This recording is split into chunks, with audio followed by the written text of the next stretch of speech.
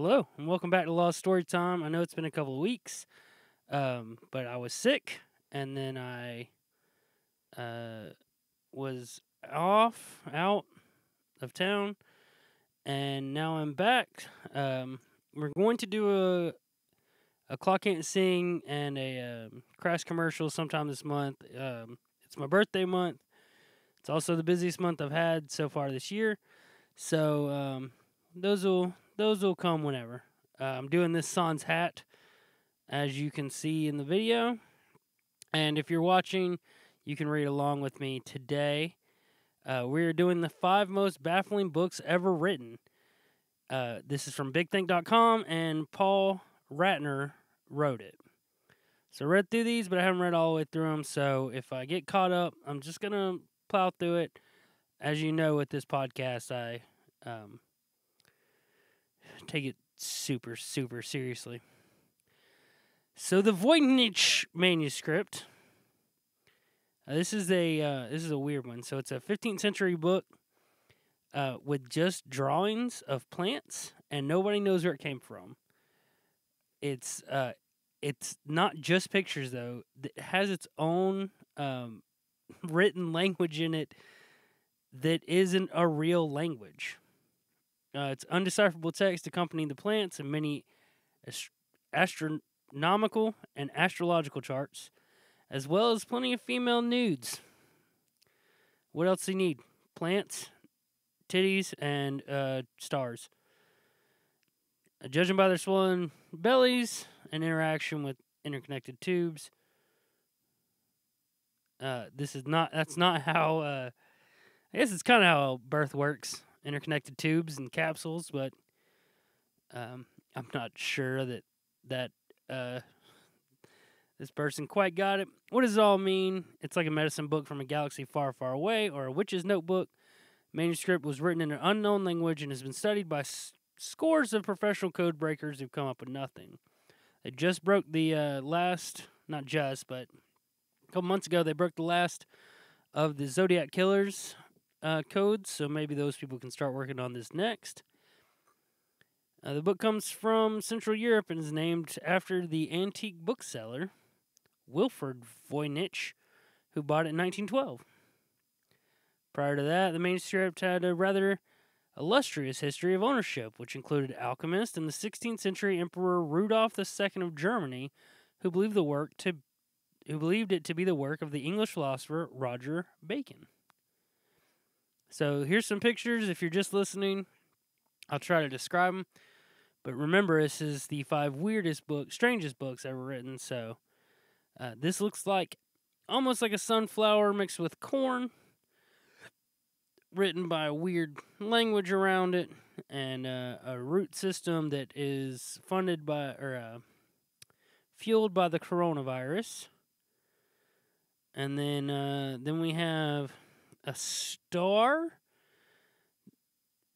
It's a sharp star with a smiley face in the middle, and then an astrological chart.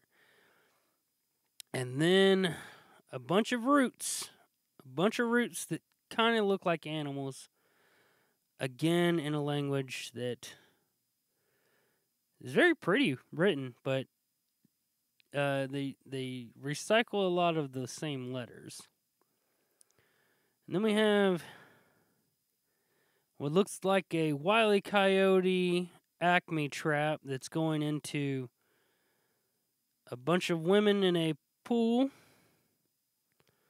that's connected via tube to a bunch more women in a pool. And that is the Voynich manuscript. So let's keep on rolling here for number 2. This is the Codex Surfaceness. This is a 360-page codex, and it's not too mysterious. The book was published in 1981, and it's an encyclopedia of an imaginary world.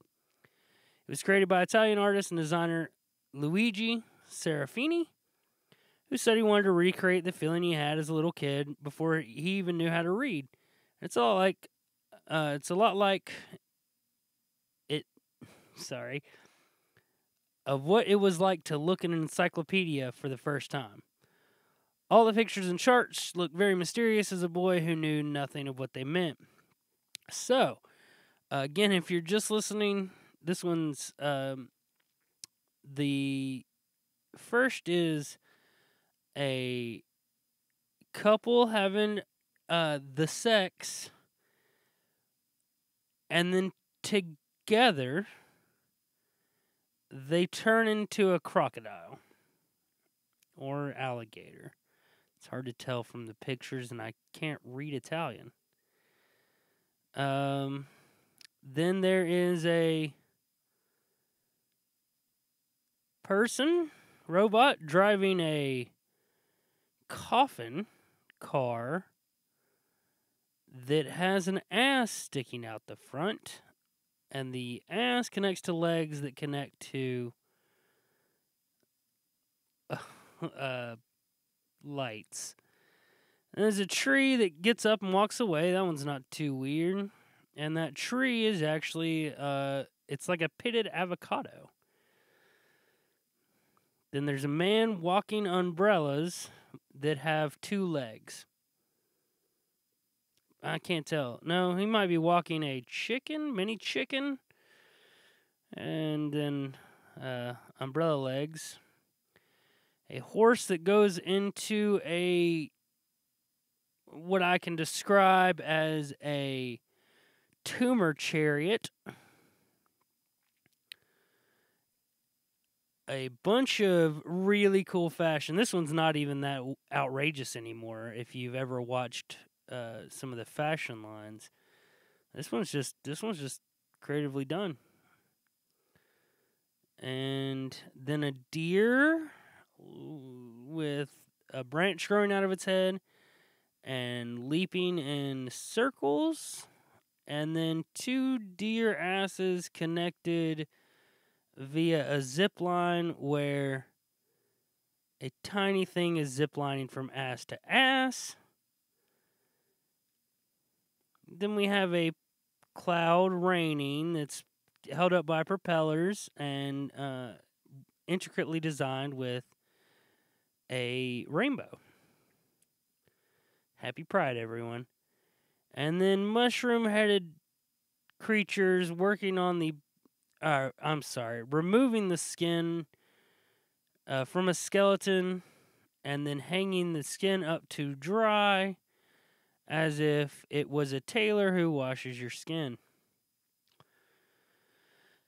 In a talk in the Oxford University in 2009, Serfani claimed there was no real meaning to the text of the book, which was written in a process resembling automatic writing. Of course, some think that even if he didn't try to consciously impose meaning, the universe, or deity of your choice, was speaking through Serafani, as the manuscript definitely feels purposeful. The codex features surreal plants, animals, foods, medicine, and human practices.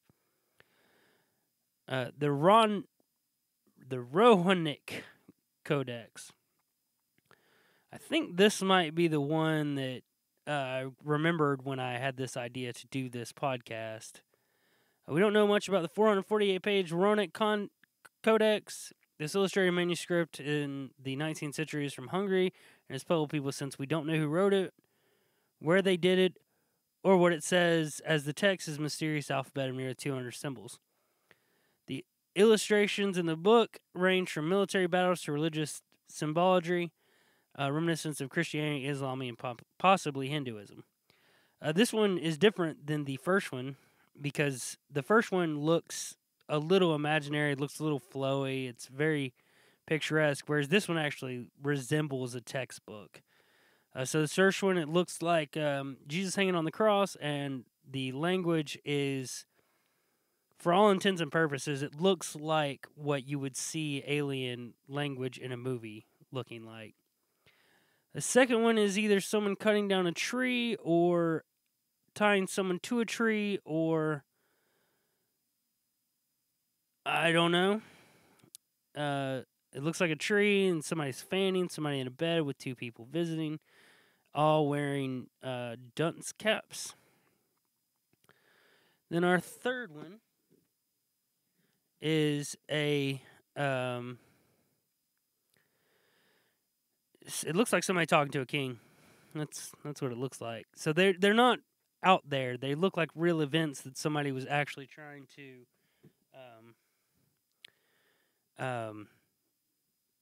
preserve historically, but it's written in this really odd language. The possible origins of the manuscript are linked to India, Samaria, or ancient Hungary, but until we crack the code, we really don't know. You're welcome to decipher the codex here. We're not going to do that today. The Smithfield Decretals. This is a collection of canonical law ordered in the 13th century by Pope Gregory the Ninth. Could have been fairly common for its time and probably rather boring. Instead, bizarre illustrations that accompany the Decretals lifted this illuminated manuscript into mystical status. The book features many scenes of homicidal giant rabbits and medieval Yoda, bears fighting unicorns, and a strange human and animal practice. Maybe the monks drawing these had some in their water and knew they would someday exist in a digital network connecting people who'd love to share such images like this for giggles. All right, so this book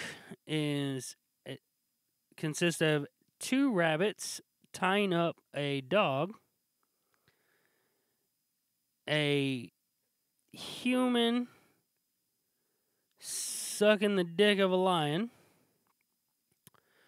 a rabbit decapitating a human,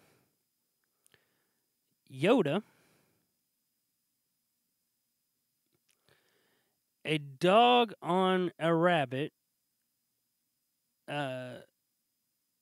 what's it called? Jousting with a snail with a human head, with a rabbit riding a snail with a human head.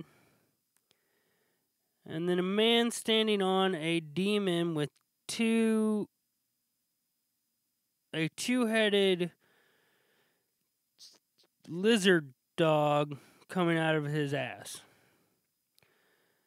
Then a unicorn being attacked by a bear attacking a tree with another bear in the wait. A woman shaving her legs with an axe, or cutting off her leg with an axe, perhaps. A rabbit hunting a dog, and that is that. And the Book of Soiga. This is the last one. I'm trying to keep these a little shorter, make them more a little YouTube friendly, and I don't think we're going to keep going with the actual podcast once the Podbean subscription runs out. So, just trying to transition the format a little bit. After first being found by the Elizabethan mathematician and occultist John Dee in the 16th century, book on magic was lost for centuries until discovered in 1994 by a scholar in the archives of the British Library. The nearly 200 pages of this book contain incantations and instructions for summoning demons, performing magic, astrological ideas, and other things we don't really understand. When he found it in 1551, John Dee went so far as to enlist a medium so he could have a conversation with the archangel Uriel about what the book meant. While some of the book that's written in Latin appears to have meaning, there's over 40,000 letters arranged strangely in 36 tablets that appear to be some kind of code. Considering that the occult nature of the book solving this mystery promises a revelation, which has a rumored curse. Supposedly, if you figure out the code, you will die in 2.5 years. Perhaps we should let the computers tackle this one. No pictures, one little picture. It just looks like a crossword puzzle. And that is it. That is the 5 strangest books ever written on bigthink.com by Paul Ratner. I hope you enjoyed this. And until next time, keep writing. All right, bye.